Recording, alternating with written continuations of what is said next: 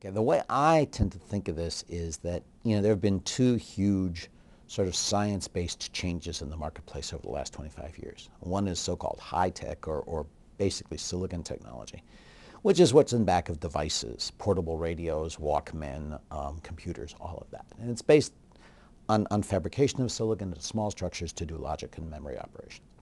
The other one is biotechnology, which actually owes some of its origins to Northwestern, because the chemistry involved in modifying DNA to do that was actually invented here by Bob Letzinger. So those are two places in which new scientific advances have led to enormous technologically important changes in the society. I think of nanoscale technology as a slightly different thing. It's more like the Industrial Revolution. Not making a specific thing, is that there's a scheme of making stuff. Just like during the Industrial Revolution, there were new energy sources, the steam engine. And then there was this idea of distributed labor. The distribution of labor went back to Adam Smith, actually.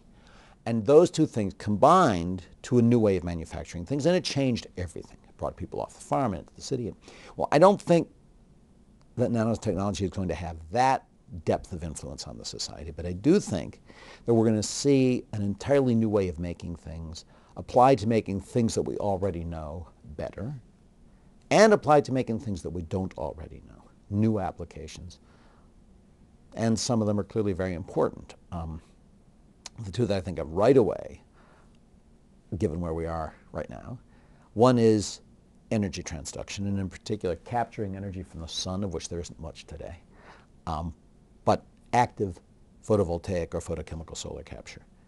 And that would have tremendous implications for global warming, for the global economy, and other things. That's one huge one.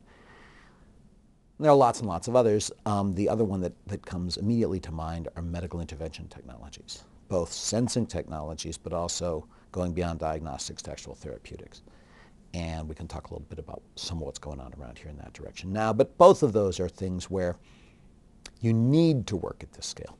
You really do need to work at this scale, because you need to do tasks that are, in one case, intervening with biological molecules that are this size, and in the other case, capturing photons, capturing energy from the sun on this length scale. So nanotechnology or nanoscience refers to structures that are of a particular size. The word nano means dwarf in Greek, and so the particular size involved is the size from 1 to 100 nanometers, and that's, a nanometer is a billionth of an inch, so from 1 to 100 billionths of an inch. Just to give you some idea of how big that is, the biggest of these things, 100 nanometers, is way too small to see. It's way too small for anybody to see without special equipment. And it is 200 times smaller than human hairs, which I don't know a lot about.